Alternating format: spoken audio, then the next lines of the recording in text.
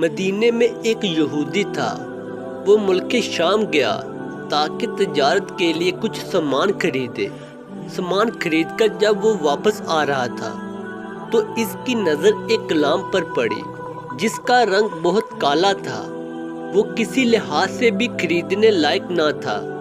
یہودی نے سوچا کہ اگر وہ اسے خرید لے اپنے شہر مدینے میں جا کر مہنگے داموں بیچ سکتا ہے اور نفع کما سکتا ہے۔ چنانچہ اس نے وہ غلام خرید لیا جس کا نام سالم تھا۔ مدینے میں پہنچا اور سارا سامان 3 دن میں بیچ دیا، لیکن سالم کو خریدنے والا کوئی نہیں تھا۔ ہر کوئی اس کی شکل و صورت دیکھ کر نظر انداز کر دیتا تھا۔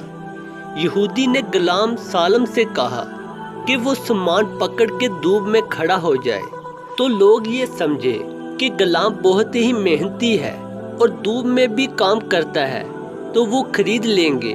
سالم نے ایسا ہی کیا، لیکن لوگ ہوشیار تھے۔ انہیں پتہ چل گیا کہ یہ غلام محض مالک کے حکم پہ کھڑا ہے۔ مدینے میں ایک خاتون تھی جو اپنی خدا ترسی کی وجہ سے مشہور تھی۔ انہوں نے جب غلاموں کو دیکھا تو اسے خرید لیا۔ اس خاتون کا نام فاطمہ تھا۔ مکہ سے ایک صائم مدینے آئے جن کا نام حذیفہ تھا۔ لوگوں نے انہیں مشورہ دیا کہ فاطمہ بہت پاک باز اور خدا ترس خاتون ہے، آپ ان سے شادی کر لیں۔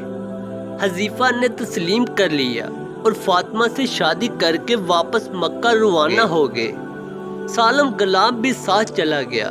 مکہ پہنچ کر حذیفہ نے اپنے دوست عثمان بن عفان سے ملاقات کی اور اسے خوشخبری دی کہ میں نے مدینے میں ایک خاتون سے شادی کر لی ہے جو بہت اچھی خاتون ہے اور اپنی پاک بازی کی وجہ سے مشہور بھی ہے۔ لیکن عثمان نے اپنے دوست حذیفہ کی بات پر خاص توجہ نہ دی۔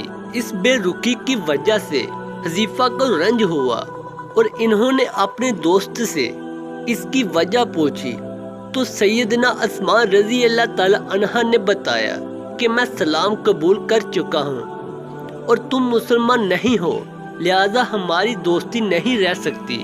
حذیفہ جانتے تھے کہ عثمان بہت سمجھدار انسان ہے، وہ کوئی بے فائدہ کام نہیں کر سکتے، لہذا اپنے دوست کو کہا کہ میں بھی اسلام قبول کروں گا اور اپنی توجہ فاطمہ اور غلام سالم کے ساتھ اسلام قبول کر لیا۔ ایک دن آپ صلی اللہ علیہ وسلم خواتین میں بیان فرمایا جس میں غلام آزاد کرنے کی فضیلت بیان کی۔ فاطمہ نے گھر آ کر سالم کو آزاد کر دیا، لیکن سالم نے کہا میرا مالک شام بہت دور ہے، آپ لوگ بہت اچھے ہیں، اس لیے میں آپ کو چھوڑ کر نہیں جاؤں گا۔ چنانچہ حذیفہ نے سالم کو اپنے پاس رکھ لیا اور سالم کو آپ صلی اللہ علیہ وسلم کی مجلس میں بھیجنے لگے۔ سالم قرآن کی تعلیم حاصل کرنے لگے۔ وقت گزرتا گیا۔ ایک بار یوں ہوا کہ وہ مسجد میں قرآن پڑھ رہے تھے کہ آپ صلی اللہ علیہ وسلم تشریف لائے اور ان کا قرآن سن کر کہا تمام تعریفیں اللہ کے لیے ہے جس نے میری امت میں سالم جیسے لوگ پیدا کیے۔ اتنی بڑی تعریف تھی کہ اس سے پہلے کسی کے لیے نہیں کی گئی تھی۔ ہجرت کا حکم ہوا اور سالم نے بھی مکہ سے مدینے کی طرف ہجرت کی۔ مدینے جا کر وہاں کی سب سے پہلی مسجد مسجد قباء کے امام مقرر ہو گئے۔ لوگ رش کرنے لگے کہ ایسا غلام جسے کوئی خریدنے کو تیار نہ تھا آج مسجد قباء کا امام بن گیا ہے۔ پھر وقت گزرا، آپ صلی اللہ علیہ وسلم کی وفات ہوئی۔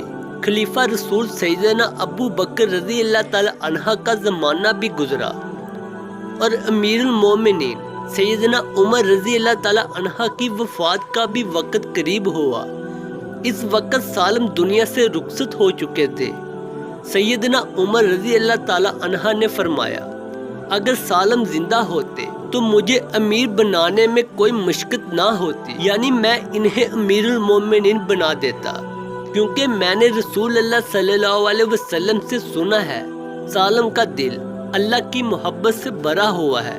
سبق یہ ہے کہ قرآن کے ذریعے لوگوں کو عزت بھی ملتی ہے اور ذلت بھی۔ جو قرآن سیکھ جاتے ہیں انہیں اللہ تعالیٰ ایسی حکمرانی عطا کرتا ہے کہ وہ لوگوں کے دلوں پر حکومت کرتے ہیں۔ سالم جن کو کوئی غلام کی صورت میں خریدنے کو تیار نہ تھا، انہیں قرآن نے کیسی عزت سے نوازا۔